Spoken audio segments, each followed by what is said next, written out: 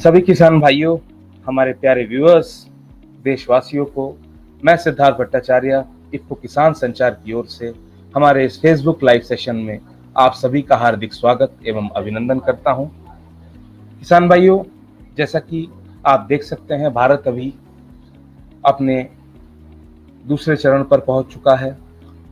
हम लॉकडाउन की बजाय अब हम अनलॉक 1 की ओर आ चुके हैं और भारत सरकार द्वारा दिए गए कई अधिनियम तथा गाइडलाइंस के तहत, सिस्टम ऑपरेटिंग प्रोसीजर्स के तहत अब अनलॉक 1 या फिर भारत में कई जगहों पे, कई राज्यों में, कई गतिविधियों में छूट मिलेगी।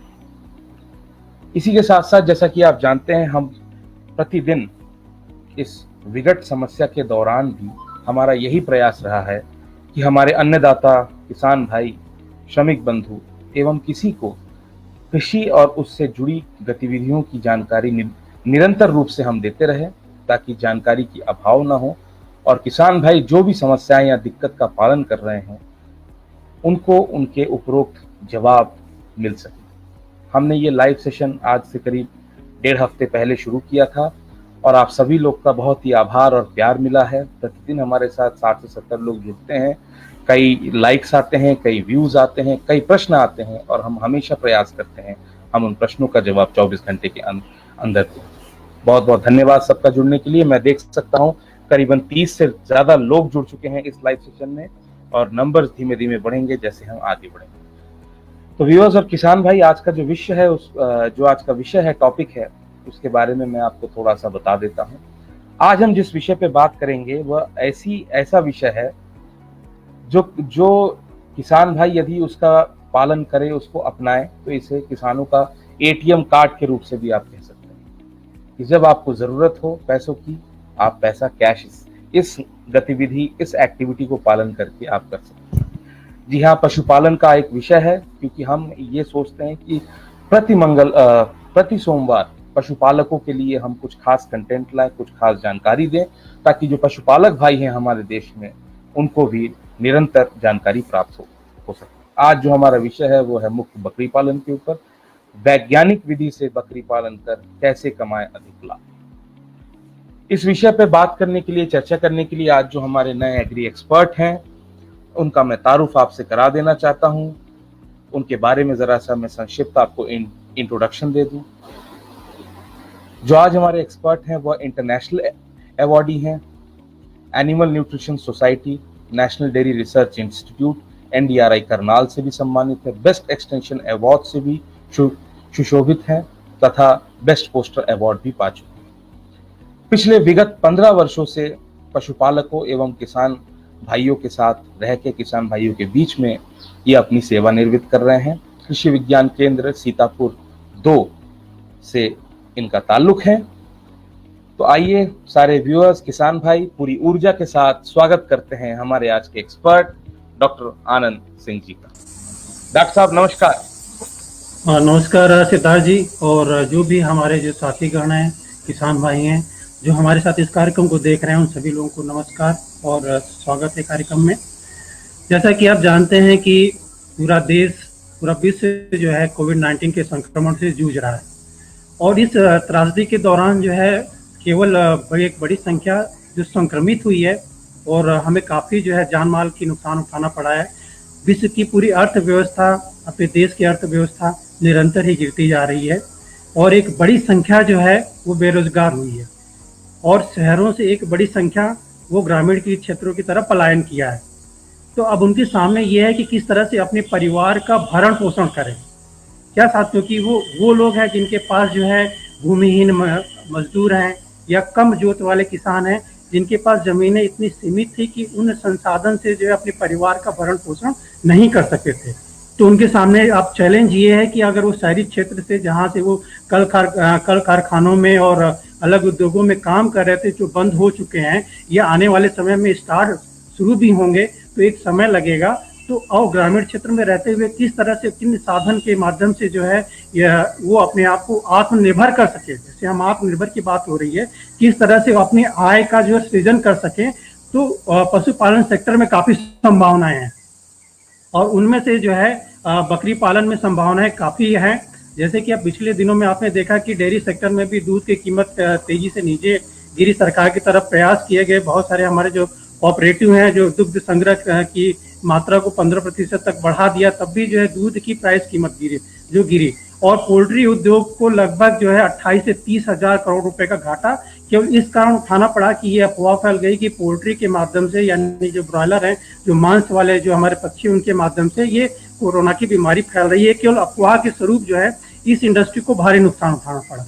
लेकिन उस दौरान जो है गोट इंडस्ट्री यानी बकरी जो फार्म, वो नुकसान नहीं उठाया, बल्कि उससे पहले जो 450 रुपए की जो मीट की जो कीमत थी वो इस दौरान 600 रुपए तक, 650 रुपए तक पहुंच गई। और किसान भाइयों को जो नुकसान विभिन्न क्षेत्रों से हो रहा था, थोड़ी सी भरपाई हुई। तो आप इससे इसके महत्व को समझ सकते हैं।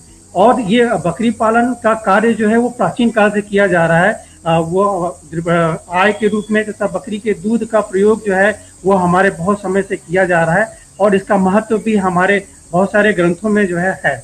और बकरियों की संख्या की बात करेंगे तो गौवंश के बाद जो है दूसरे नंबर पे लगभग जो है 148 मिलियन बकरियों की संख्या, यानी लगभग 15 करोड़ बकरियां जो है हमारे देश में है, जो गौवंश के बाद दूसरे नंबर पे है। यानी इनकी संख्या भी हमारे पास पर्याप्त है। कुछ उसमें हमें ऐसे समावेश करने हैं, वैज्ञानिक समावेश करने हैं, जिसके माध्यम से जो है जो आय हमारी मिल रही है बकरी पालन में, उसको हम जो है वो 2 गुना या 3 गुना कर सकें। कुछ ऐसे समावेश की आवश्यकता है, और जिससे हमारी आय सृजन बढ़े और रोजगार की संभावनाएं, जो रोजगार है वो हम अपने आप को ग्रामीण क्षेत्रों में ही आत्मनिर्भर कर सकें, और एक आत्मनिर्भर भारत का एक ऐसी अर्थव्यवस्था का निर्माण करने में कुछ हिस्सेदारी हमारी बकरी पालन के माध्यम से हो सके। जी सिद्धार्थ जी। डॉक्टर साहब, बड़े ही आपने सरल तरीके से एक पृष्ठभूमि दी, एक इंट्रोडक्शन दिया कि आज हम किस विषय पे बातचीत एवं चर्चा करेंगे, और बकरी पालन का राष्ट्र निर्माण में, इंडियन जीडीपी, इंडियन इकोनॉमी एवं जो किसानों के आय में कितना मुख्य भूमिका रखती है, ये आपने बात बताया। डॉक्टर साहब, 35 से भी ज्यादा लोग हमारे साथ जुड़ चुके हैं इस समय। डॉक्टर सुशील कुमार राय, सारिका सिंह जी, रूपचंद्र प्रधान, अमित कुमार, राहुल माने, सुरेंद्र वर्मा, आलोक मिश्रा जी, विजय वर्मा जी, दया श्रीवास्तव, मनोज पांडे, गौरव, शक्ति सिंह डांगी ठाकुर, सभी लोग, और एवं ये सचिन प्रताप तोमर, सब लोग अपना अभिवादन एवं ये धन्यवाद दे रहे हैं। बहुत बहुत धन्यवाद आप सभी लोगों का कमेंट करने के लिए अथवा लाइव सेशन में हमारे जुड़ने के लिए। तो डॉक्टर साहब, आइए बढ़ते हैं हमारे आज के पहले सेगमेंट की ओर। कुछ ही देर में सवालों की भी फहरिस्त शुरू हो जाएगी। सवाल वैसे आ चुके हैं, एक मैं सवाल के लिए बढ़ूंगा आपके पास, लेकिन सबसे पहले मैं चाहता हूं आप हमारे किसान भाइयों को एवं व्यूअर्स को अवगत कराएं कि बकरी पालन का किसान एवं ग्रामीण क्षेत्रों में क्या महत्व है। ओवर टू यू डॉक्टर साहब। जी जी, सिद्धार्थ जी और हमारे किसान भाइयों, जैसा आप जानते हैं कि लगभग जो है 15 करोड़ के आसपास बकरियां हमारे देश में हैं, और इससे लगभग 3.5 करोड़ किसान जो है बकरी पालन व्यवसाय से जुड़े हुए हैं। यानी 3.5 करोड़ किसान जुड़े हुए हैं, जिससे उनके परिवार का भी जो है उनके आय के सृजन में कुछ न कुछ बकरी पालन की हिस्सेदारी है। और इस हिस्सेदारी को हम बढ़ा सकते हैं। जैसे कि हम कहते हैं कि बकरी जो है वो गरीबों की गाय है, लेकिन ये केवल गरीबों की गाय ही नहीं रही, अब ये व्यवसाय के रूप में धीरे धीरे बढ़ रही है। यानी पूंजीपति जो लोग बड़े स्तर पर बकरी पालन को जो है अब बढ़ावा मिल रहा है, और इसके पीछे जो हमारे बहुत सारे कृषि विश्वविद्यालय हैं, केंद्रीय बकरी अनुसंधान केंद्र के द्वारा जो है प्रयास किए जा रहे हैं, कृषि विज्ञान केंद्रों के द्वारा प्रयास किए जा रहे हैं कि वो एक वैज्ञानिक रूप से जो है बकरी पालन कर अपनी आय के सृजन में ये सहायक हो सके। बकरी को हम जो है गरीबों की गाय के अलावा एक चलता फिरता रेफ्रिजरेटर कहा जाता है। जिस तरह से गाय और भैंस को हम दिन में 2 बार या 3 बार जो है दूध निकाल सकते हैं, लेकिन बकरी के साथ ऐसा नहीं है। बकरी को आप दिन में कितने बार भी दूध, जब भी आवश्यकता हो, आप निकाल सकते हैं। अपने बच्चे के लिए या अपने बुजुर्ग माता पिता के लिए, या किसी कोई आपके यहाँ मेहमान आ गए हैं, तो आप दूध निकालिए और उनको दूध बना के, चाय बना के आप परोस दीजिए, या जो भी आइटम बनाना बना सकते हैं। एक चलता फिरता रेफ्रिजरेटर है, जिसमें आपको दूध को खराब होने की संभावना नहीं है।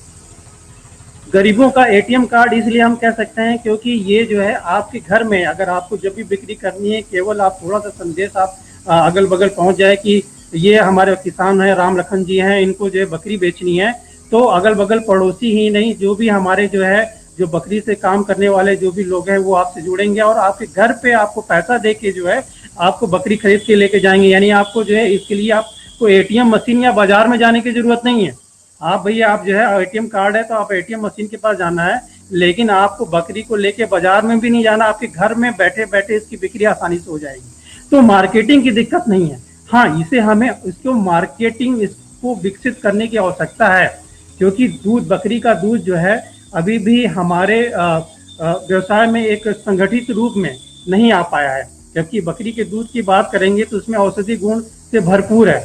बकरी के दूध जो है, क्योंकि बकरियां जो हैं हमारे वो चारागाह क्षेत्र में जाती हैं या वन क्षेत्र में जाती हैं, तो वहाँ पे हमारे सड़क के किनारे, नहर के किनारे तमाम जो है ऐसी औषधि पौधे लगे हैं, अपने आप नेचुरली जो है वो उगे हुए हैं। उनको ये बकरियां खा के जो है और अपना जो है भरण पोषण करती हैं, लेकिन उनसे जो है उनके शरीर में, उनके मांस में, उनके दुग्ध में ये औषधि गुण आते हैं, तथा उनके शरीर में, उनके दूध में जो है मिनरल की मात्रा अच्छी हो जाती है, और पर्याप्त मात्रा में उनके फैट की जो ग्लोबुल्स हैं उनमें जो है छोटे साइज के होते हैं, जिनको पचाने में आसान होते हैं, केसिन सिंगल होते हैं, इसलिए इनका डाइजेशन इजी होता है। या कह सकते हैं ये हमारे जो बच्चे हैं, बुजुर्ग हैं, जिनको लीवर की समस्या है, जो शुगर की समस्या है, हृदय रोगी हैं, या बहुत सारे संक्रमण से, या डेंगू है, चिकनगुनिया है, जो भी वायरल संक्रमण होते हैं, इसमें हमारे बकरी का दूध जो है काफी उपयोगी है। आपकी इम्यूनिटी सिस्टम को स्ट्रॉन्ग करने के लिए उपयोगी है। तो ये कहा है कि अगर हम कहें तो मानव में, जो मनुष्यों में, माता के दूध के बाद जो है बकरी का दूध जो है दूसरे नंबर पे आता है। तीसरे नंबर पे गाय का दूध आता है, जो बहुत उपयोगी और आसानी से पच जाता है। हम डिजाइनर मिल्क की बात जहां आज कह रहे हैं कि भाई डिजाइनर मिल्क हमें अपने मनुष्य की आवश्यकता के अनुसार हम उनके फैट को, उसके प्रोटीन को इस तरह से मॉडिफाई करें कि वो उपयोगी हो सके। तो बकरी का दूध जो है अपने आप में जो वो डिजाइनर है, उसमें जो औषधि गुण है, उसमें फैट की साइज कम है, उसके केसिन जो है इजिली जो तरीके से जो है पाच्य है। तो जहाँ डिजाइनर मिल्क के लिए हमें जो है न्यूट्रिशनल इंटरवेंशन की आवश्यकता पड़ेगी, जेनेटिकली मॉडिफाई करना पड़ेगा, लेकिन इसमें आपकी बकरी का दूध नेचुरली जो है वो आपके लिए बहुत ही अच्छा दूध है। और हम अगर हम विश्व बाजार की बात करेंगे तो विश्व बाजार में अभी भी हमारा 2% का योगदान है बकरी के मांस में। तो इसको जो है हम एक संगठित रूप में अगर करते हैं तो इसको हम बढ़ा सकते हैं, और अपनी भारत की अर्थव्यवस्था में इसके योगदान को बढ़ा सकते हैं, अपनी आय सृजन में बढ़ा सकते हैं, बशर्ते इसको हम एक संगठित रूप में ले जाएं, दूध को सर्टिफाइड रूप में जो है मार्केट में उतारें। दूध ही नहीं, दूध से बने इसके जितने प्रोडक्ट हैं जो डेयरी इंडस्ट्री की तरह, जिसमें पनीर है, खोआ है, छेना है, घी है, दही है, मट्ठा है, ये सारे चीज़ों को जो है हम मार्केट में उतार के जो है अपने आय के सृजन में, जो बकरी के माध्यम से जो हमारी आय मिल रही है, अमूमन जो है एक बकरी से हमें 1800 से लेके 2000 बकरी है चाहे मेमना है, उससे हमें इतनी की आमदनी होती है। लेकिन हम उसमें वैज्ञानिक इनपुट कुछ करते हैं, समावेश करते हैं, तो वो जो है आमदनी को हम 2 गुना तक ले जा सकते हैं। तो इस पे हमें ध्यान देने की जरूरत है कि हम किस तरह से कुछ वैज्ञानिक विधियों को प्रयोग करके जो है और अपने मार्केट को विकसित करके अपने साथियों को साथ में लेके चलें, और इसके माध्यम से आय को हम 2 गुना या उससे अधिक हम कर सकें बकरी पालन में। जी सिद्धार्थ जी। जी डॉक्टर साहब, बड़े ही अच्छे से आपने बताया कि महत्व कितना है बकरियों का हर कंपोनेंट, हर उत्पाद कितना मूल्यवान है और कितना जरूरी है हमारे आम जीवन यापन एवं मनुष्यों के लिए। डॉक्टर साहब, सवालों की फहरिस्त लग चुकी है, तो बढ़ते हैं आज के हम अपने पहले सवाल की ओर। सारिका सिंह जी हैं जो काफी देर से कई सवाल पूछ रहे हैं। सबसे पहले तो सवाल पूछने के लिए धन्यवाद। इनका पहला सवाल ये है कि डॉक्टर साहब, ये ईस्टर्न यूपी से हैं, पूर्वी उत्तर प्रदेश से जौनपुर जिले के रहने वाले हैं। ये जानना चाहते हैं कि जौनपुर जिले में यदि बकरी पालन का व्यवसाय शुरू करना है तो कौन सी उत्तम नस्ल का चुनाव ये कर सके। इनके सवाल का जवाब देते हुए डॉक्टर साहब, आप हमारे अगले सेगमेंट बकरी पालन में नस्ल चुनाव कितना महत्व रखता है उसके ऊपर भी आप प्रकाश डालें। जी डॉक्टर साहब। जी। जौनपुर क्षेत्र के लिए जो है हमारे जमुनापारी नस्ल जो है, बड़ी साइज की जो नस्ल है वो जमुनापारी का दूध उत्पादन भी अच्छा है, लगभग 1.25 लीटर के आसपास है, जो है औसत दुग्ध उत्पादन है। जमुनापारी नस्ल जो है ये सफेद आकार की बड़ी साइज की है, लगभग 78 सेंटीमीटर लंबाई और 80 सेंटीमीटर ऊंचाई, और 80 सेंटीमीटर के आसपास जो उसके सीने के चेस्ट के आसपास का घेरा होता है, जो गर्त होता है, और इसका वजन 50 से लेकर 60 किलो के बीच में औसत जो है वो वजन होता है मेल का, बकरे का, और बकरियों का लगभग जो है 40 से 45 किलो के आसपास, 40 किलो के आसपास जो है औसत वजन होता है। और इन जमुनापारी नस्ल की खासियत ये है कि ये जो है इनके कान लटके हुए होते हैं, पेंडुलम होते हैं, और रोमन नोज होता है, तोते आकार का मुंह होता है, और सफेद जो होते हैं, और बाल, और पिछले हिस्से में, पैर के पिछले हिस्से में जो है वो लंबे लंबे बाल होते हैं। मादा का आयन विकसित होता है और ये जो है हमारे शुष्क क्षेत्र से लेके गर्म क्षेत्र यानी गंगा के जो मैदानी क्षेत्र है उसमें आराम से जो है इनका पालन किया जा सकता है। इसके अलावा मध्य आकार की जो नस्ल है बर्बरी नस्ल, वो बहुत उपयोगी है। दुकाजी नस्ल है, मांस के हिसाब से, दुग्ध उत्पादन के हिसाब से जो ये बेहतर नस्ल है। इसमें जो है 2 से 3 बच्चे पैदा होने की क्षमता अधिक होती है। जमुनापारी से कंपेरिजन करें तो जमुनापारी में लगभग 25% जो है 2 बच्चे पैदा होने की संभावना होती है, लेकिन बर्बरी नस्ल में जो है 2 और 3 बच्चे होने की संभावना लगभग 25 से लेकर 50% होती है। यानी जितने अधिक बच्चे पैदा होंगे उतनी ही अधिक आपको आमदनी बकरी पालन में होगी। तो जमुनापारी और बर्बरी नस्ल बेहतर नस्ल है। इसके अलावा देसी नस्लों में जो वहाँ की पाई जाने वाली जो देसी नस्ल हैं उनमें हम सुधार करके जो है हम उन नस्लों को उसकी जलवायु के अनुसार जो है उनको अनुकूलन होगा और हम उसे जो है इस उद्योग को जो हम आगे बढ़ा सकते हैं। नस्ल का जो चुनाव है हम मुख्य रूप से जो है वो हम जलवायु के आधार पे, यानी कैसे अनुकूलन क्षेत्र है उनके, हम बकरी नस्ल का जो है अलग अलग क्षेत्र में अलग अलग प्रकार की उनके जलवायु के हिसाब से नस्ल का पालन किया जाता है। अगर हम ठंडे क्षेत्र की बात करेंगे, पहाड़ी क्षेत्र की बात करेंगे, वहाँ पे गद्दी है, चेंगू है, चौंगथांगी नस्ल है। उत्तराखंड का जो क्षेत्र है बखरवाल जो है नस्ल है, कंगन नस्ल है, ठीक है, ये नस्लों का पालन किया जाता है। तो जब हम जो है पश्चिम क्षेत्र में जाएंगे तो वहाँ पे जो है बड़ी नस्ल की बात या पश्चिम या पूर्वी भारत की बात करेंगे तो जहाँ पे बड़ी नस्ल की बात करेंगे तो उसमें आपका जो है बीटल नस्ल है, जखराना है, सिरोही है, जमुनापारी है, महसाना नस्ल है। ये सारी नस्ल जो है दुग्ध उत्पादन के लिए बेहतर भी हैं और बड़ी नस्लें हैं। मध्यम आकार की जो नस्लें जो कहेंगे वो आपकी जो बर्बरी नस्ल है, मारवाड़ी है, कच्छी है, इन नस्लों का आप पालन कर सकते हैं। और छोटी नस्ल जो है वो ब्लैक बंगाल है। इसके अलावा जो है जो नस्लों का चयन, हमने कहा कि बाजार की क्या हो सकता है, आपके बाजार की डिमांड अगर दूध के लिए बनती है तो आप बड़ी नस्लों का चयन करें। अगर आपके जो बाजार में जो है वो मांस की डिमांड है तो आप मध्यम आकार की बकरियों का पालन करें, जिसमें हमने बात किया कि बर्बरी है, कच्ची है, सुरती है, महसाना है, मारवाड़ी नस्लों का पालन जो है आप कर सकते हैं। ये मध्यम आकार की हैं जिसमें आप मांस के लिए भी बेहतर हैं और दुग्ध उत्पादन के लिए बेहतर हैं, तो इनको आप लेके चलते हैं। तो साथ में जो है हमारी जो आवश्यकता है कि भाई हम दूध के लिए कर रहे हैं या मांस के लिए कर रहे हैं और वो अधिक बच्चे पैदा हों तो जिससे हमारी आमदनी बढ़ेगी, उनकी वृद्धि दर अच्छी हो और जलवायु के प्रति उनका अनुकूलन अच्छा हो, इन सारे फैक्टर को लेके चलते हैं।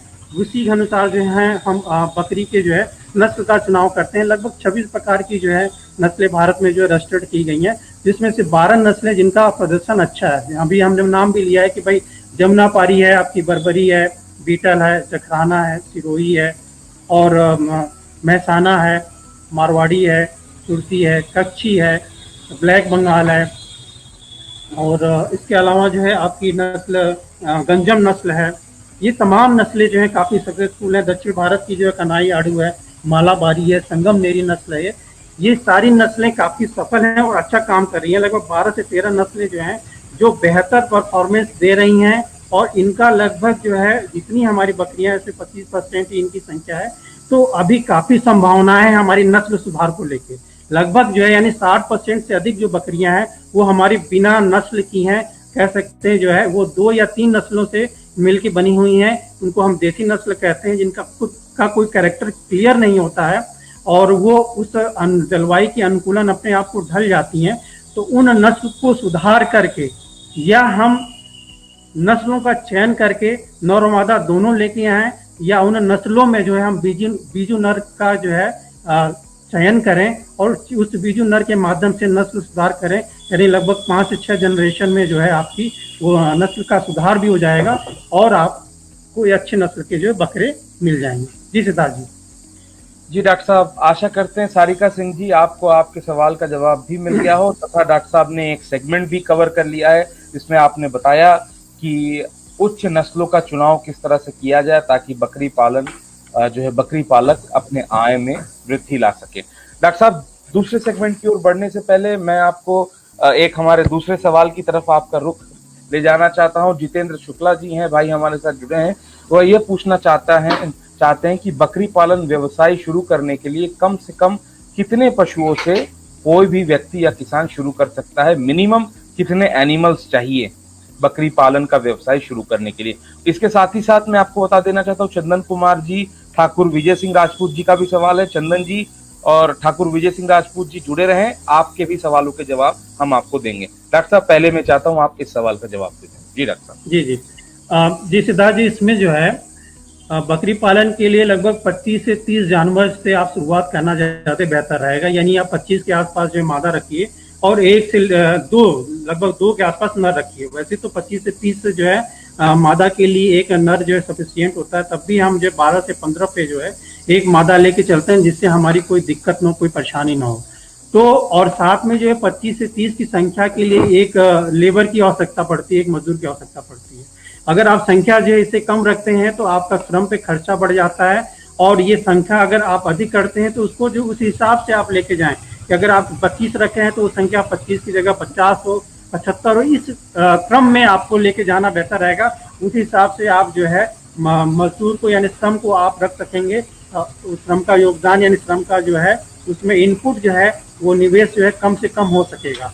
और साथ में हमने कहा कि लगभग जो है अगर आप 100 बकरियों पर काम करते हैं तो अगर हम ये मान के चले कि ये लगभग जो है 2.5 लाख के आसपास, 2.5 से 3 लाख के आसपास इन्वेस्टमेंट होगा। यानी आप जितनी संख्या है उससे आप जो है 3 गुना आप मान के चले कि बकरी के बच्चों को खरीदने से लेके जो है और उनके जो है पशुशाला के निर्माण के लिए, उनके जो है चारागाह क्षेत्र की विकसित करने के लिए, उनके चारा के लिए, उनके जो बर्तन के लिए, सारे इंतजाम के लिए, लाइट की व्यवस्था, मेडिसिन, वैक्सीन आदि को लेकर उनको हम उस हिसाब से कर देते हैं कि एक बकरी पे लगभग जो है 2.5 से 3 हजार का इन्वेस्टमेंट आवश्यक है। जी सिद्धार्थ। और जी सिद्धार्थ जी, डॉक्टर साहब, आशा करते हैं जो ठाकुर हमारे भाई हैं जिन्होंने सवाल पूछा है, चंदन ये जितेंद्र जी, आपको आपके सवाल का उचित जवाब मिल गया है। ठाकुर विजय सिंह राजपूत जी हैं हमारे साथ जुड़े हुए हैं, वो ये पूछना चाहते हैं कि सर हम बकरी पालन की लाइव ट्रेनिंग कहाँ से ले सकते हैं और बकरी पालन के लिए सरकार से क्या सहायता मिलती है। तो मैं चाहता हूँ इस प्रश्न का जवाब आप दे दें अगले सेगमेंट की ओर बढ़ने से पहले। जी डॉक्टर साहब। जी जी बकरी पालन के लिए हर एक जिले में कृषि विज्ञान केंद्र स्थापित है। लगभग भारत के सभी जिलों में जो है 1 से 2 कृषि विज्ञान केंद्र खुल गए हैं, और वहाँ पे हमारे वैज्ञानिक हमेशा प्रयास करते हैं कोई ना कोई पशुपालन वैज्ञानिक वहाँ पे होगा। तो आप उस केंद्र में अपने जिले में कृषि विज्ञान केंद्र से संपर्क करें और वहाँ से जाके आप प्रशिक्षण प्राप्त कर सकते हैं। विभिन्न प्रकार की योजनाओं के माध्यम से भी वहाँ प्रशिक्षण दिया जाता है, और वैज्ञानिक के जो है मैंडेटरी वर्क में भी इस तरह के प्रशिक्षण शामिल होते हैं। इसके अलावा अगर आप एडवांस ट्रेनिंग लेना चाहते हैं, जैसे कि बकरी पालन में अगर कृत्रिम गर्भाधान या कुछ वैज्ञानिक तकनीक के जैसे उनके प्रोडक्ट को बनाना, ऐसे बहुत सारी चीज़ें जो हैं, तो आप केंद्रीय बकरी अनुसंधान केंद्र मखदूम, फरा, मथुरा वहाँ पे संपर्क करें। उनका एथिक सेंटर से संपर्क कर सकते हैं, उनकी वेबसाइट पे जाके जो है वहाँ से आपको नंबर मिल जाएगा। इसके अलावा बहुत सारे कृषि विश्वविद्यालय में समय समय पे जो है बकरी पालन को लेके किसानों के लिए प्रशिक्षण दिए जाते हैं, और पशुपालन विभाग के द्वारा जो आपके जिले में पशुपालन विभाग है वहाँ पे भी जो है बकरी के लिए विभिन्न योजनाएं आती हैं, तो उन योजनाओं में जो है प्रशिक्षण भी दिया जाता है। इसके अलावा सब्सिडी पे जो है बकरी आपको प्रदान की जाती है। मनरेगा के तहत जो है बकरी पालन के लिए जो है बकरीशाला बनाने के लिए निर्माण का प्रावधान है। आप अपने प्रधान से संपर्क कर सकते हैं कि जो भी मनरेगा में बकरीशाला निर्माण की क्या सब्सिडी है, क्या योजना है, तो आपको अगर बकरीशाला बन जाएगी तो वो आपके लिए भी लाभदायक होगा। इसके अलावा नाबार्ड से योजनाएं हैं जिसमें 20 से लेकर 30% की सब्सिडी है। नाबार्ड की योजनाएं इस दौरान ही जो है लगभग इनके वो लॉन्च होते हैं और जल्दी ही आएंगे, जिसमें आपको लगभग 20 से 30% की सब्सिडी, यानी जनरल ओबीसी के लिए लगभग 20% की सब्सिडी होती है और SC ST के लिए लगभग 30% की सब्सिडी होती है, या ब्याज मुक्त लोन।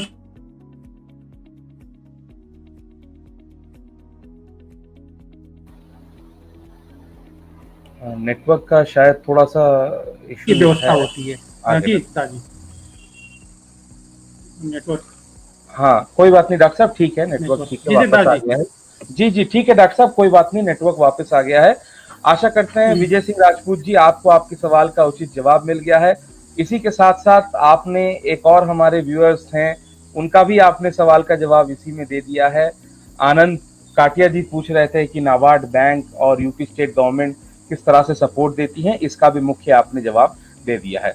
तो डॉक्टर साहब, सवाल तो काफी और भी हैं, तो धीमे धीमे हम उन सवालों की तौर उनके उनके तरफ बढ़ेंगे। तो बढ़ते हैं हम आज के अपने अगले सेगमेंट की ओर। अब मैं चाहता हूं आप हमारे पशुपालक, बकरी पालक एवं किसान भाइयों को जरा ये मार्गदर्शन दें कि बकरी पालन में आधुनिक विधियां कौन कौन सी हैं और आधुनिक विधियों का इस्तेमाल करके बकरी पालक किस तरह से अपने आय में संवर्धित हो सकते हैं। जी डॉक्टर साहब। जी जी।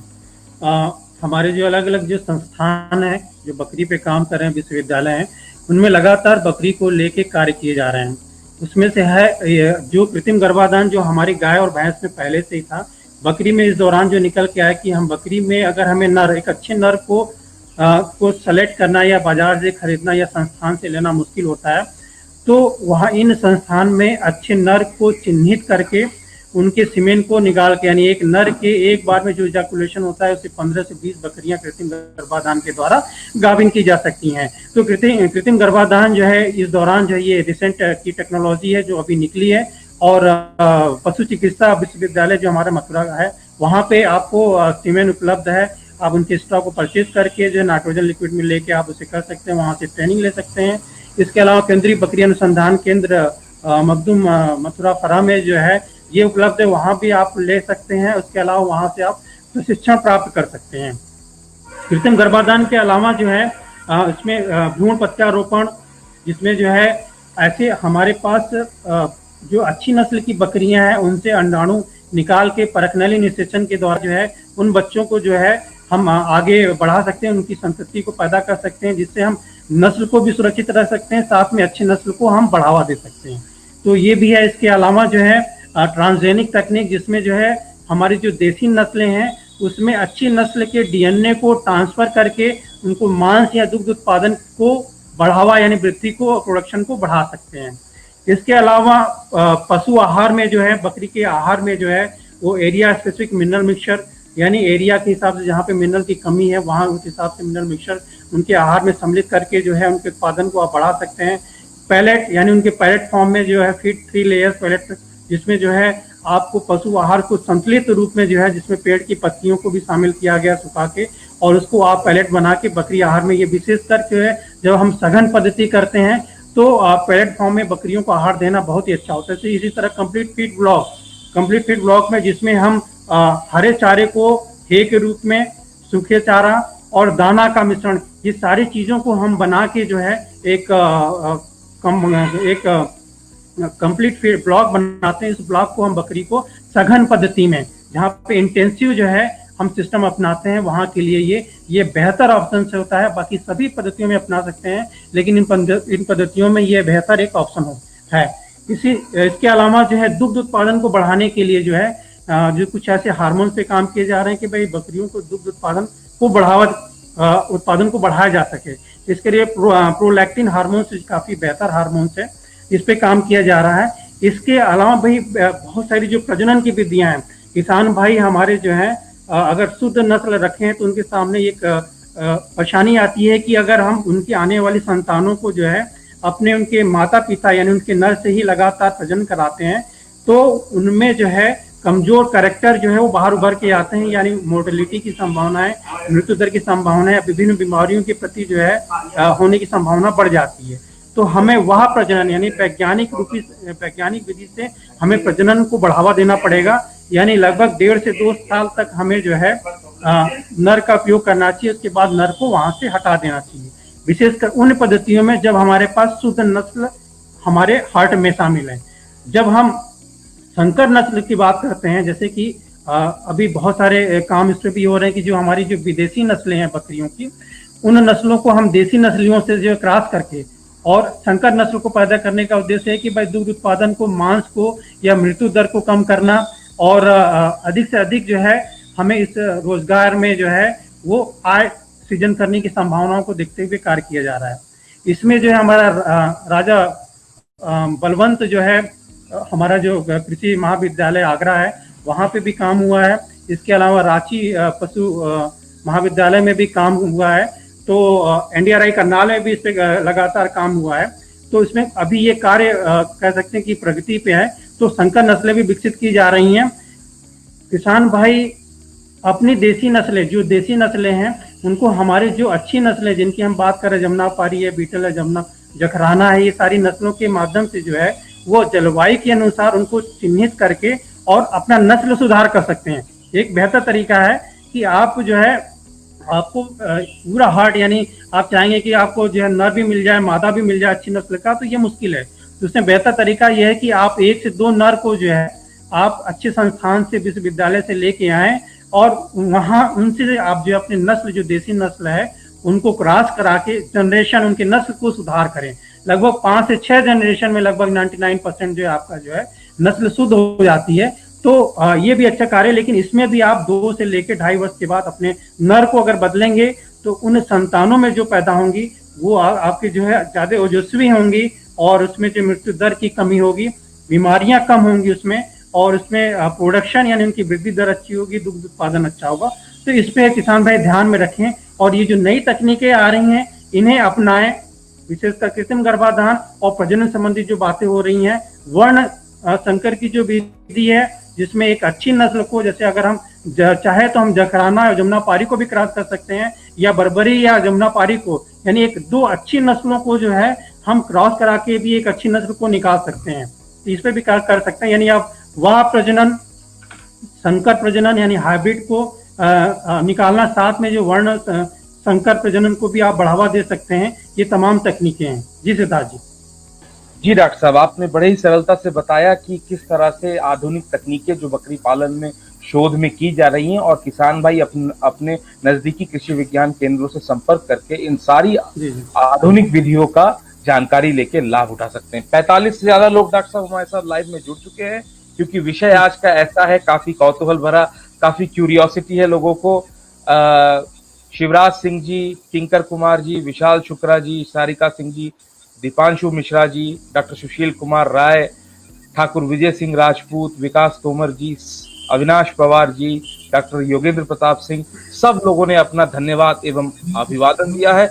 सबको बहुत बहुत हमारी ओर से भी धन्यवाद लाइव सेशन में जुड़ने के लिए। इसी के तहत अगले सेगमेंट की ओर बढ़ने से पहले जैसा कि एक सवाल ये सारिका सिंह जी ने अपने कमेंट में पोस्ट किया है कि डिस्ट्रिक्ट जौनपुर में भी एक बहुत ही पॉपुलर ब्रीड है जौनपुरी, जो कि कोसी नदी के आसपास पाई जाती है। तो डॉक्टर सुशील कुमार राय ये जानना चाहते हैं कि क्या बकरी के 26 नस्लों में जौनपुरी भी स्थानीय नस्ल में शामिल है क्या? जरा इसका जवाब दे दें डॉक्टर साहब। जी, जौनपुरी नस्ल जो है अभी स्थानीय नस्लों में इनको रजिस्टर्ड नहीं किया गया है। जो 26 नस्लें हैं उसमें अभी मान्यता नहीं है, उस पर अभी भी कार्य इस पे जारी है। जी, कुछ लोकल जो नस्लें हैं, लोकल नस्लों के रूप में उसे मान्यता स्थानीय रूप में दिया गया है, इसमें हम नाम देते हैं। जी जी डॉक्टर साहब, आशा करते हैं डॉक्टर सुशील कुमार राय जी को भी और हमारे सारिका सिंह भाई को भी अपने सवाल का उपयोगी जवाब मिल गया हो।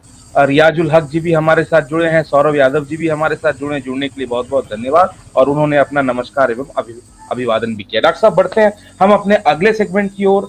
आपने महत्व बताया, आधुनिक विधियां बताई, नस्ल का चयन बताया। अब मैं चाहता हूं आप हमारे किसान भाइयों को ध्यान जरा इस तरफ आकर्षित करें कि जो बच्चे हैं, जो नवजात बच्चे हैं, इनका सुचारू रूप से प्रबंधन किस तरह से किया जा सकता है। जी डॉक्टर साहब। जी, जैसा किसान भाइयों की, अगर बकरी पालन में अपनी आय को बढ़ाना है तो शुरुआत हमारे नवजात बच्चों से शुरू होती है, क्योंकि जितने अधिक बच्चे होंगे उतना ही अधिक हमारी आय में जो है वृद्धि होगी।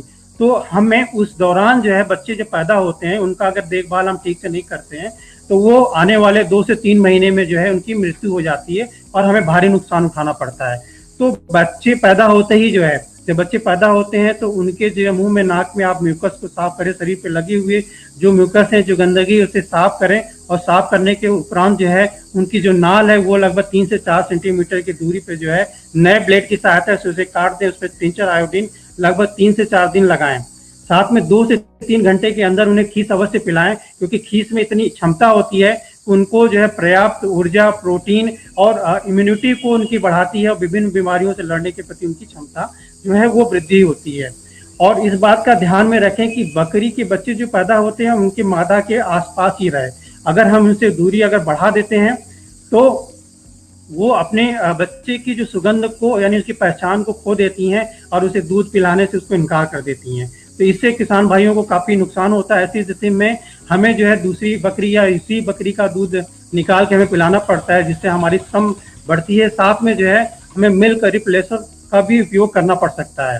तो इस स्थिति से बचने के लिए जो आपकी कोशिश ये रहती है कि हम जो है बकरी के आसपास ही रखें, एक बड़ी टोकरी के माध्यम से उसको ढक के रखें।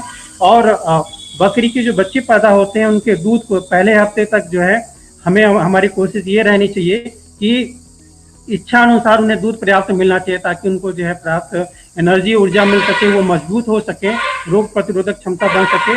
और उसके बाद पहले हफ्ते के बाद जो है उनकी आवश्यकता के लगभग जो है एक हफ्ते के बाद, एक हफ्ते से लेकर तीसरे हफ्ते तक जो है वो 250 से लेकर 300 ml दूध उन्हें मिलना चाहिए। और तीसरे यानी चौथे हफ्ते से लेके जो है आपको लगभग 60 दिन तक है, 30 दिन से लेकर 60 दिन तक जो है ये मात्रा 350 से लेकर 400 ml के आसपास होनी चाहिए। जब वो 2 महीने के हो जाते हैं तो ये मात्रा को हम 200 ml तक ला के रख देते हैं, क्योंकि वो धीरे धीरे जो है वो आहार पे, हरे चारे पे जो है पेड़ की पत्तियां खाने लग जाते हैं और दुग्ध की आवश्यकता उनकी कम हो जाती है। और 3 महीने के बाद उनको जो है उनके दुग्ध की मात्रा को जो है बंद कर देनी चाहिए, नहीं देना चाहिए। और साथ में इस बात का ध्यान में रखना है कि जो बच्चे जो है, अगर नर जो पैदा हो रहे हैं, अगर हम उन्हें प्रजनन के लिए उपयोग नहीं कर रहे हैं तो तीसरे सप्ताह से लेकर 6वें सप्ताह के बीच में उनका बधियाकरण कर दें, बर्डूजो के माध्यम से या रबड़ के छल्ले के माध्यम से, या फिर जो सर्जिकल उनको जो है बधिया किया जा सकता है। इसके लिए आप पशु चिकित्सक की सलाह ले लें और उनको या अपने फार्म पे भी उनका बधिया कर सकते हैं। इसके लिए बर्डूजो यंत्र होना चाहिए। बर्डूजो यंत्र से जब आप उनका बधिया करते हैं तो ये ध्यान में दें कि उनकी नसों को दबाने के पश्चात जो है उसमें टिंचर आयोडीन लगभग 5 से 6 दिन लगाते रहें, ताकि उसमें किसी तरह का घाव या इन्फेक्शन ना हो। अगर आप रबड़ के छल्ले लगा रहे हैं तो इलस्ट्रेटर के माध्यम से जो है अंडकोश को बचाते हुए ऊपर छल्ले को पहनाएं और पहना के अच्छी तरीके से उसको रहने दें कुछ दिनों तक। तो बधिया करें उनको अच्छी तरीके से। बकरी के बच्चों में पैरासाइट इन्फेक्शन की संभावना बहुत होती है। एक्सटर्नल पैरासाइट यानी वाह परजीवी या अंत परजीवी दोनों तरह के, और कॉक्सीडियोसिस की जो संभावना होती है। तो इस चीज का ध्यान में रखें कि ये इन्फेक्शन से उनको बचाएं। और इंटरनल पैरासाइट के लिए, अंत परजीवी के लिए हमें जो है पहले हफ्ते में ही दवा का, परजीवी नाशक दवा का उपयोग करें। पहले हफ्ते में 15 दिन में 1 महीने पे, फिर जो है आप उसे 4 महीने पे इसका प्रयोग कर सकते हैं। तो अगर अंत परजीवी से आप बचाव करते हैं तो उनको जो है जो इन अंत परजीवी के माध्यम से जो बकरियों के बच्चे काफी कमजोर हो जाते हैं और उनमें बहुत प्रकार की बीमारियों का संक्रमण होने की संभावना बढ़ जाती है। उसी तरह से वाह परजीवी भी जो है वह बकरियों को कमजोर कर देते हैं, उनके बच्चों को कमजोर कर लेते हैं, उनके खून को चूस लेते हैं और साथ में उनको जो है पैरालिसिस की समस्या भी हो जाती है। तमाम समस्याएं इससे जो है जन्म लेती हैं। जी सिद्धार्थ जी। जी डॉक्टर साहब, आपने बच्चों के, नवजात बच्चों का प्रबंधन के बारे में काफी सुचारू रूप से, बड़े ही विविध और डिस्क्रिप्टिव वी में हमारे पशुपालक एवं किसान भाइयों को बताया है। हमारा क्योंकि सवाल काफी आ चुके हैं डॉक्टर साहब, तो हम लेते हैं अब अपने एक व्यूअर का सवाल। राकेश कुमार सिंह जी हैं, जो agro point farmer producer company, किसान उत्पादक संगठन से ये ताल्लुक रखते हैं। ये अपने समूह का, जो इनका किसान उत्पादक संगठन है, उनके साथ, अपने किसानों के साथ, मेंबर फार्मर के साथ बकरी पालन कराना चाहते हैं। तो ये जानना चाहते हैं कि भागलपुर, बिहार के लिए कौन सी नस्ल अच्छी रहेगी बकरी पालन के लिए, तथा सरकार से उन्हें क्या मदद मिल सकती है, और तथा वो कहां से बकरी पालन की उपयोगी ट्रेनिंग भागलपुर, बिहार में ले सकते हैं। मैं चाहता हूं इस प्रश्न का जवाब आप हमारे व्यूअर राकेश कुमार सिंह जी को दें। जी डॉक्टर साहब। जी जी राकेश जी, जो बिहार का जो क्षेत्र है, उस क्षेत्र के लिए जो ब्लैक बंगाल नस्ल जो है वो बेहतर नस्ल रहेगी। और ये छोटी साइज की नस्ल है, उसके मांस की क्वालिटी जो है काफ़ी अच्छी है, एक्सपोर्ट किया जाता है।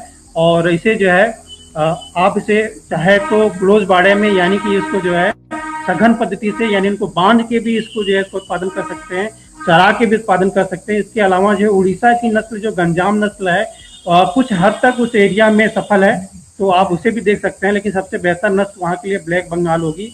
और बर्बरी नस्ल भी वहाँ के लिए सिद्ध हो सकती है, तो उन्हें नस्लों का भी आप उपयोग कर सकते हैं। तो बर्बरी है, ब्लैक बंगाल है, गंजाम नस्ल है, इनका आप जो है प्रयोग कर सकते हैं।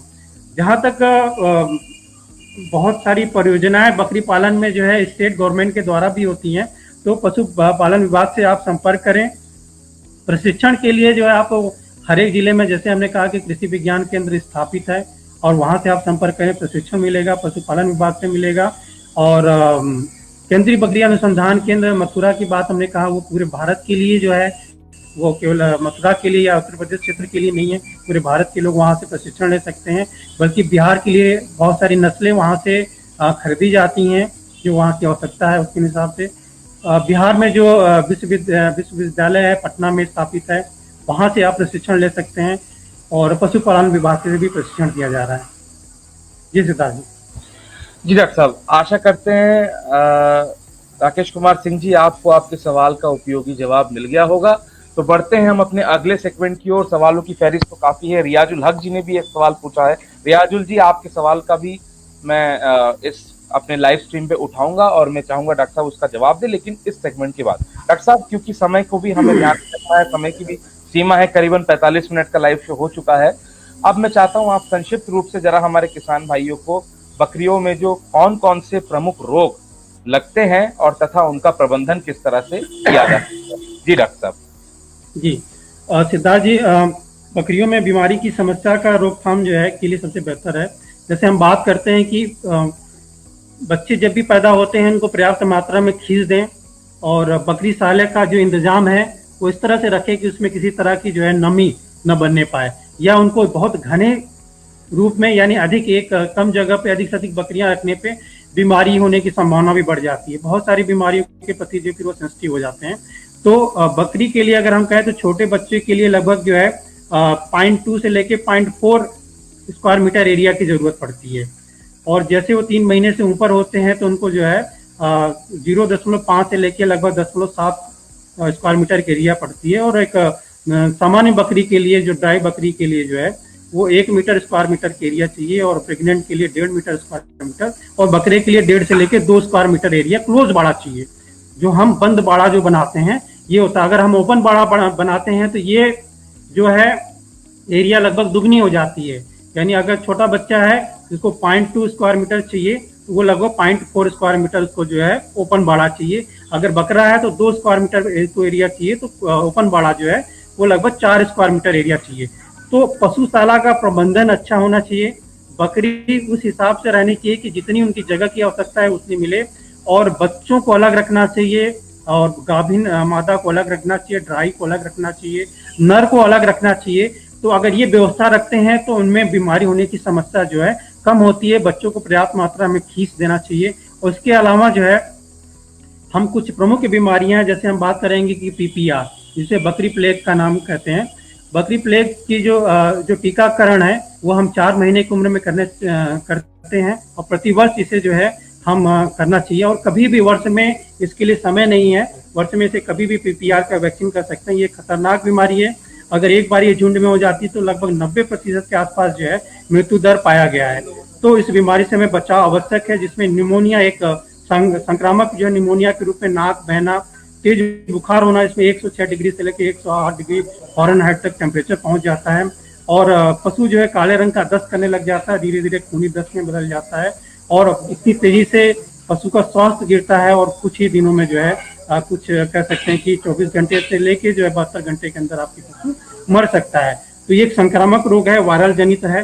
तो इसके लिए सबसे बेहतर ये है कि हम उनका टीकाकरण करें, और टीकाकरण चूंकि वर्ष में कभी भी कर सकते हैं।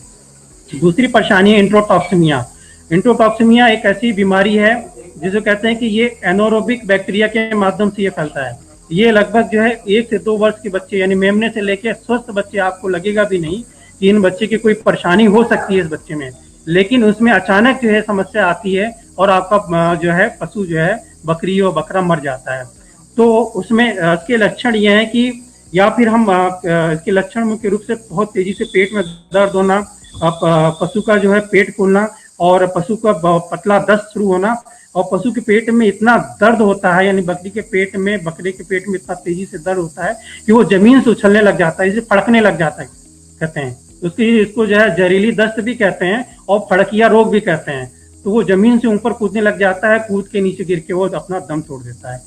तो कभी हम, जैसे हमने कहा कि पशु को जो आहार बताया जा रहा है, उस आहार में जो है अगर हम प्रोटीन डाइट को बढ़ा देते हैं, या एक ही साथ अगर एक पशु को जो है उसके शरीर का अगर वो विकसित हो रहा है, डेवलप हो रहा है, तो उसकी आवश्यकता का हम अगर 1.5% जो है पशु आहार देना चाहिए, यानी शरीर का, शरीर जितना है, तो वो 10 किलो का है तो उसको 150 से लेकर 200 ग्राम जो है आहार देना चाहिए, कंसंट्रेट मिक्सचर देना चाहिए। अगर ये मात्रा हम एक बार में दे रहे हैं तो भी ये इंट्रोटॉक्सिमिया जैसी प्रॉब्लम आ सकती है, तो उसको दिन में 2 से 3 बार में देना चाहिए। और साथ में अगर कोई दलहनी फसल यानी कुछ ऐसी हाई प्रोटीन जो है डाइट वो खा लेता है, तो शरीर में ये जो कि बैक्टीरिया मौजूद है और बहुत तेजी से ये जो उसको ब्रेक डाउन करने लग जाता है, जिसमें ये परेशानियां जो इंट्रोटॉक्सिमिया की शुरू हो जाती है। तो इंट्रोटॉक्सिमिया का जो वैक्सीन जो है वो आपको 3 महीने से लेकर 4 महीने की उम्र में बच्चों में लगा देना चाहिए। और उसके लिए बेहतर समय ये है कि फरवरी या मार्च में, यानी गर्मी की शुरुआत में जो है इन्हें लगा देना सबसे अच्छा होता है। तीसरी परेशानी, जैसा आप जानते हैं, गला घोटू जो की समस्या जो है हमारे उत्तर पश्चिम क्षेत्र में जो है आती है। पूरी भारत का जो क्षेत्र है इसमें कम समस्या देखने को मिलती है। गला घोटू का वैक्सीन भी 3 महीने की उम्र में जो है आप मेमनों को लगा सकते हैं और उसको साल में एक बार लगाना है। खुरपका मुंह पका बीमारी, जैसा आप जानते हैं कि खुर की समस्या आती है, मुंह में जो है फफोले पड़ते हैं, खुर में फफोले पड़ते हैं, बुखार होता है, पशु को खाना पीना छोड़ देता है। तो इसमें जो है ये भी वायरल है जिनका कोई इलाज नहीं है, बल्कि हमें जो है एंटीबायोटिक एंटीसेप्टिक क्रीम का प्रयोग करना है घाव पे जो है, और एंटीबायोटिक हमें उनको देना पड़ता है। तो इस समय सबसे बेहतर है इनका वैक्सीन करें, और वैक्सीन जो है इसको हर 6 महीने पे जो है खुरपका मुंह पका का वैक्सीन करना चाहिए।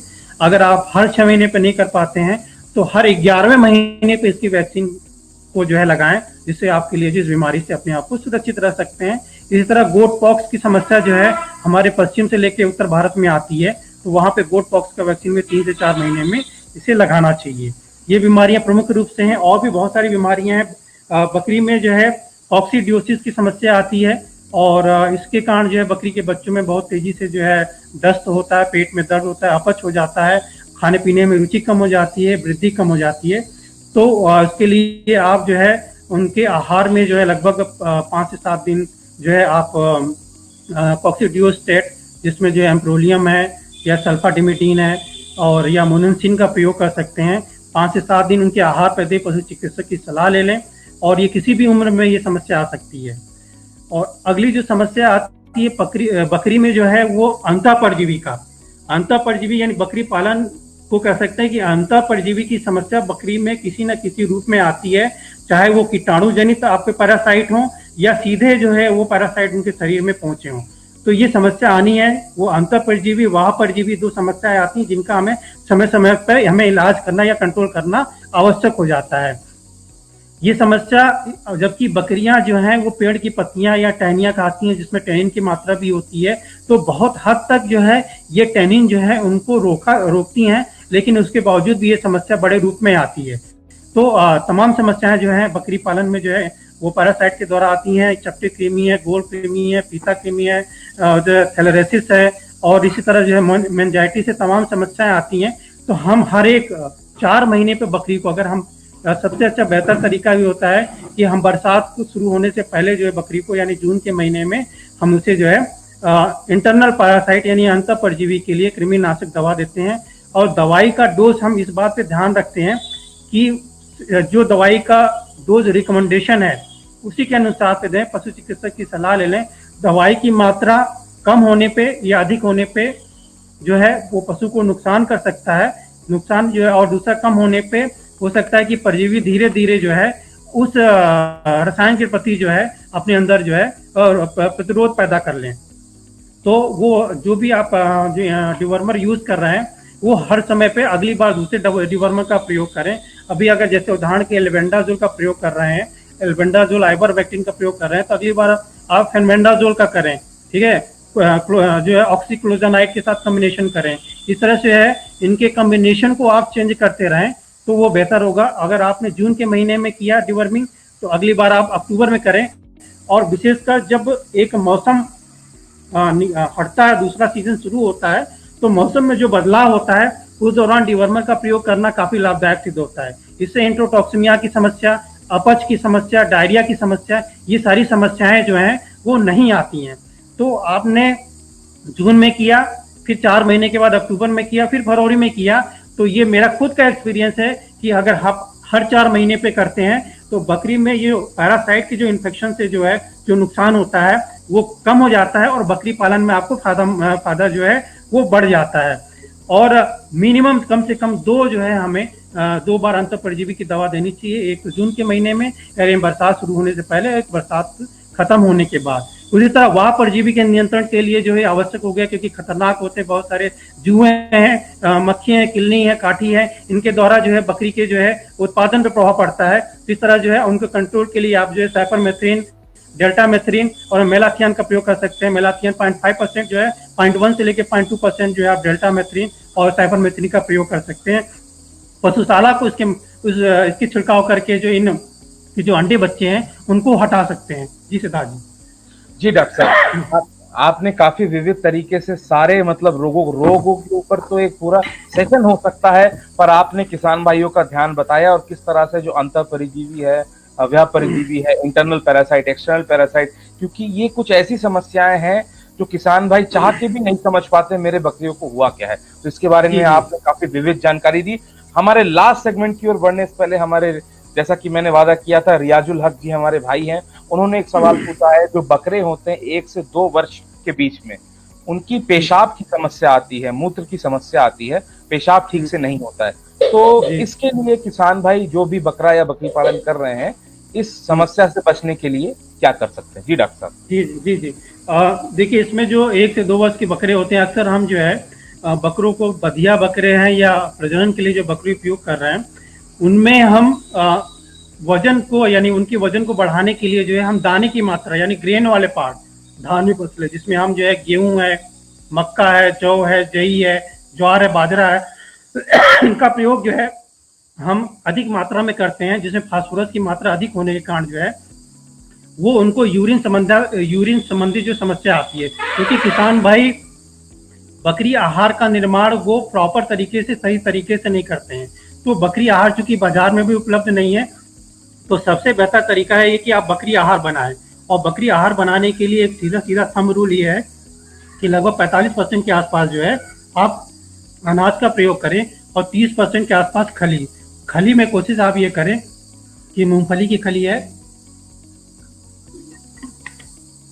अलसी है, तिल है, इन खलियों का प्रयोग करें। सोयाबीन की खली का प्रयोग कर सकते हैं। सरसों की खली जो है 5 से लेकर 10% तक लेके जाएं, क्योंकि इनको जो है बकरी चाव से नहीं खाती हैं, क्योंकि इसमें थोड़ी कड़वाहट होती है।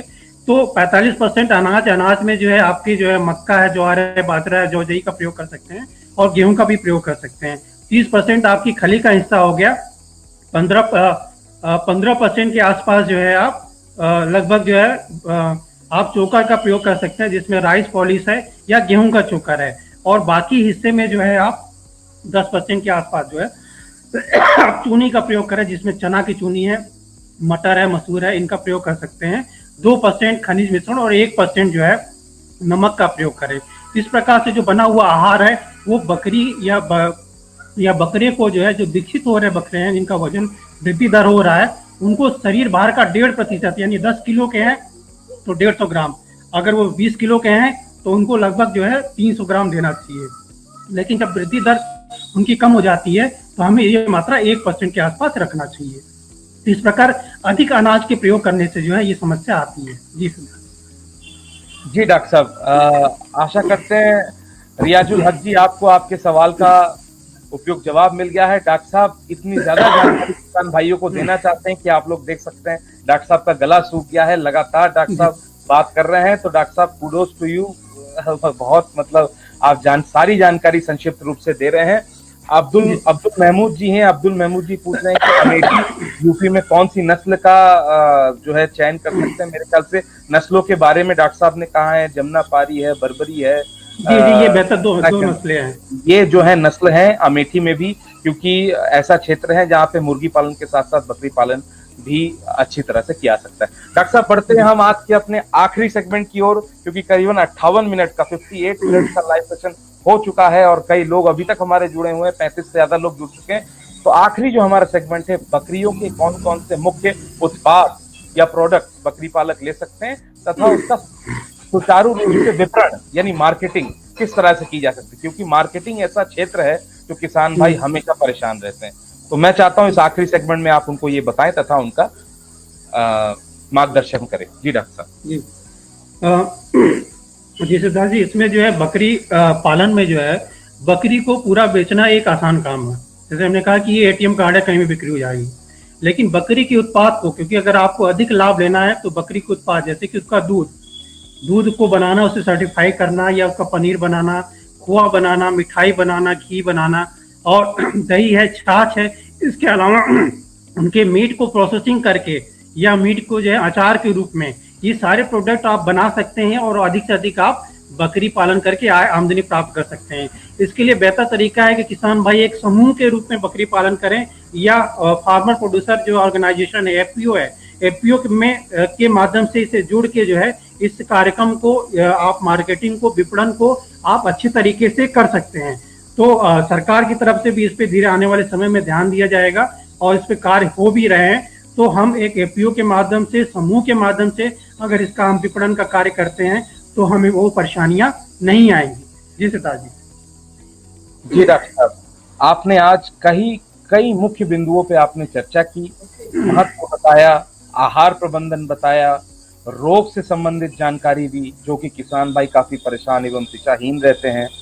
इनका विपणन, इनके मुख्य उत्पाद कौन कौन से हैं, बकरी का दूध जैसा कि आप सभी लोग जानते हैं, डॉक्टर साहब ने बताया कितना महत्वपूर्ण होता है, तथा कई बीमारियों में बकरियों का दूध जो है कि जो कि एक प्रबल मेडिसिन के तौर पे, दवाई के तौर पे ली जाती है, तथा बहुत ही ज्यादा मूल्य में 100 से 150 रुपए प्रति किलो ये बिकता है। तो हमारे साथ आज लाइव सेशन में जितने भी लोग जुड़े थे काफी उत्साहित थे इसके बारे में जानकारी के लिए। तो मैं डॉक्टर साहब, 30 से ज्यादा लोग लाइव सेशन में जुड़े हुए हैं, चलते चलते एक आखिरी आपकी क्या सुझाव है किसान भाई बकरी पालन अच्छी से अच्छी तरह से कर सके तथा अपने आय सृजन के साथ साथ आय में संवर्धन कर सके? जी डॉक्टर साहब। जी जी सिद्धार्थ जी, इसमें इस सेशन में जो है एक कुछ पॉइंट ये छूट गए कि बकरी आहार का प्रबंधन। इसमें हमने कहा कि बकरी चूंकि जो है इनकी वेजिटेटिव रेंज काफी है, जहाँ पे हम बड़े पशु को रखने के लिए जो है हम एक गाय और भैंस जहाँ पे रखते हैं वहां पे 4 से 5 बकरी को रख सकते हैं। यानी आप चौकी है, अपने चारपाई की जो है जो पाया है उसमें आप 4 बकरी को बांध के रख सकते हैं, यानी कम जगह में। और वेजिटेटिव रेंज अधिक होने के कारण यानी पेड़ की पत्तियां आपकी, चाहे आपका कूलर है, पाकड़ है, बेर है, नीम है, आम है, कटहल है, अमरूद है, और इसके अलावा जो चारे वाले जो सहतूत, सहजन, सुबबूल की मात्रा ज़्यादा नहीं होनी चाहिए खिलाने में। इनका आप अगर आप खेत के किनारे आप उनको जो है लगाते हैं तो इस तरह से बकरी के लिए आहार की व्यवस्था हो जाती है। और साथ में जो है बहुवर्षीय घासें जिसमें नेपियर, पैरा, गिनी घास, एजोला का जो है आप अपने बकरी फार्म के आसपास जो है उत्पादन कर सकते हैं। इसी के अलावा जो है बहुत सारी झाड़ियाँ हैं, उनका प्रयोग कर सकते हैं। तो सीजनल जो है घास का प्रयोग कर सकते हैं। तो जिस तरह से हम बड़े पशु रखते हैं तो उनके चारे के इंतजाम को लेके हमें काफी परेशानियां होती हैं, जबकि बकरी को इनका इतना रेंज है कि अगर आपके पास चारा ना भी रहे तो वो बकरियां जो है आपके नहर के किनारे और जब आपकी जो है जो तालाब हैं और सड़क के किनारे जो घास उगे हुए उनको चर के, और जो जंगल के जो क्षेत्र है, फॉरेस्ट के जो एरिया है, इसके अलावा जब फसल कटती है तो जो क्षेत्र खाली होता है उसमें बकरियां आपकी चर के लगभग 30 से लेके 50% अपनी आहार की आवश्यकता की पूर्ति कर लेते हैं। तो आहार पे जो खर्चा होता है, जैसे डेयरी एनिमल में लगभग 65 से लेके 70% खर्चा आहार पे होता है, तो बकरी पालन में वो खर्चा जो है काफी कम हो जाता है। तो कम निवेश में यानी कम संसाधन में जब भी बकरी पालन करते हैं तो हमारे कम संसाधन में ही हम बकरी पालन को कर सकते हैं। अगर हम संसाधन को बढ़ाएं, जैसे कि जिन किसानों के पास संसाधन कम है वो बर्बरी को, जखराना को, ब्लैक बंगाल को इनको रखते हैं, या मारवाड़ी नस्लें बेहतर है, कम संसाधन में उनका आप जो है कर सकते हैं। और आपके पास अगर अच्छे संसाधन है तो आप जमुनापारी, बीटल, सिरोही नस्लों को, बड़ी नस्लों को रखें और मध्यम नस्लों को भी रखें। तो कम संसाधन, अधिक संसाधन, सारी परिस्थितियों में आप बकरी पालन को कर सकते हैं। और अपनी आय को, जो हमने कहा कि एक बकरी से अमूमन आप 2000 रुपए की आमदनी एवरेज किसान उठाता है, और वो आप जो है 3500, 4000 तक लेके जा सकते हैं। तो संभावनाएं बहुत हैं। और इसको एक साइड, एक आपके लिए जो है एक प्रोटेक्शन रहेगा, एक माध्यम रहेगा जो अपने आप को किसी परिस्थिति में बनाए रखने के लिए, आपको जहाँ दूध मिल रहा है उसके अलावा किसी न किसी रूप से आपको आय भी प्राप्त हो रहा है। तो किसान भाई इस पे अगर ध्यान दें तो बकरी पालन उनके लिए आय सृजन के लिए एक अच्छा साधन हो सकता है। और खुद को आत्मनिर्भर बनाने के लिए, विशेषकर जो है हमारे भूमिहीन किसान मजदूर हैं या भूमिहीन किसान है, कम जोत वाले किसान हैं, इनके लिए बकरी जो है एक अच्छा आय का साधन हो सकती है। कम क्षेत्र में, कम जगह में इसे पालें और आय प्राप्त करें, आत्मनिर्भर हों। जी सिद्धार्थ जी, नमस्कार। जी डॉक्टर साहब, आज आप हमारे बीच आए। आपने एक घंटा 4 मिनट का लंबा सेशन किया। 45 से 50 से भी ज्यादा लोग जुड़े थे शुरुआत में, अभी भी कम से कम 30 से 35 लोग जुड़े हुए हैं। कई सवालों का आपने जवाब दिया, कई सवाल उठे भी, कई लोगों ने सवाल पूछे, काफी क्यूरियोसिटी लोगों के मन में थी। कई मुख्य बिंदुओं को आपने छुआ तथा ये बताया कि आत्मनिर्भर बनने के लिए बकरी पालन एक ऐसा यंत्र है, एक ऐसा टूल है जिससे भूमिहीन मजदूर एवं किसान भाई भी जुड़कर इससे लाभ ले सकते हैं। आप हमारे साथ आज आए, आपने अपने ज्ञान के भंडार से थोड़ी सी बिंदु सबको आपने बांटा, इसके लिए बहुत बहुत धन्यवाद। आगे भी आपकी सेवाएं लेंगे और कई जानकारी और बातें हम अपने व्यूअर्स के साथ आपके माध्यम से साझा करेंगे। हमारे साथ जुड़ने के लिए बहुत बहुत धन्यवाद डॉक्टर साहब। तो किसान भाइयों, आपने देखा, व्यूअर्स आपने देखा किस तरह आज डॉक्टर आनंद सिंह हमारे बीच में आए और बकरी पालन एक मुख्य व्यवसाय किसान भाई किस तरह से बना सकता है, ताकि किसान इसको अपने एटीएम कार्ड के तहत पे इस्तेमाल कर सकते हैं और खुद की वृद्धि के साथ साथ राष्ट्र निर्माण में भी योगदान दे सकते हैं। इसी तरह कई ज्वलंतशील मुद्दों के साथ हर दिन प्रतिदिन 11 बजे हम आपसे जुड़ेंगे, नई नई जानकारी साझा करेंगे और आपको बताएंगे कि खेती और उससे जुड़े कई गतिविधियों में आप अपनी आय सृजन एवं नए आयाम कैसे जोड़ सकते हैं। कल का जो हमारा सेशन रहेगा वो भी एक बड़े ही महत्वपूर्ण ज्वलनशील और तथा इम्पोर्टेंट विषय पर रहेगा, क्योंकि कल हमारे साथ नाबार्ड के अधिकारी जुड़ेंगे और वह आपको बैंकिंग से संबंधित कुछ जानकारी देंगे। तो ज्यादा से ज्यादा अपने व्यूअर्स को बताएं, किसान भाइयों को बताएं, क्योंकि बैंकिंग एवं फाइनेंशियल इंस्टीट्यूट्स जो पैसों से संबंधित चीजें हैं, बैंक्स हैं, इनके विषय पे किसान भाई को काफी दिक्कत एवं समस्याएं आती हैं। उनको किस तरह से सरल तरीके से किसान भाई बैंकों का प्रयोग करके जो पैकेजेस वगैरह दिए गए हैं, उन सारे विषयों पे जानकारी कल हम आपसे साझा करेंगे। हमारे इफ्को किसान मोबाइल एग्रीकल्चर ऐप को डाउनलोड करें और अधिक जानकारी के लिए, तथा हमारे इफ्को किसान CSR पेज से ज्यादा लोग जुड़ें, ताकि हम अपनी ये जो मुहिम है, ये जो हमारी प्रयास है, वो ज्यादा से ज्यादा बढ़ सके। एक बार फिर सभी लाइव व्यूअर्स को, जो भी हमारे साथ आज जो हमारे साथ जुड़े, अपने कमेंट्स दिए, प्रश्न उठाए, मैं सिद्धार्थ भट्टाचार्य इफ्को किसान संचार की ओर से बहुत बहुत धन्यवाद एवं साधुवाद देना चाहता हूं। कल ठीक 11 बजे हम आपके साथ जुड़ेंगे और नए विषय पर चर्चा करेंगे। तब तक के लिए जय हिंद, जय किसान, नमस्कार।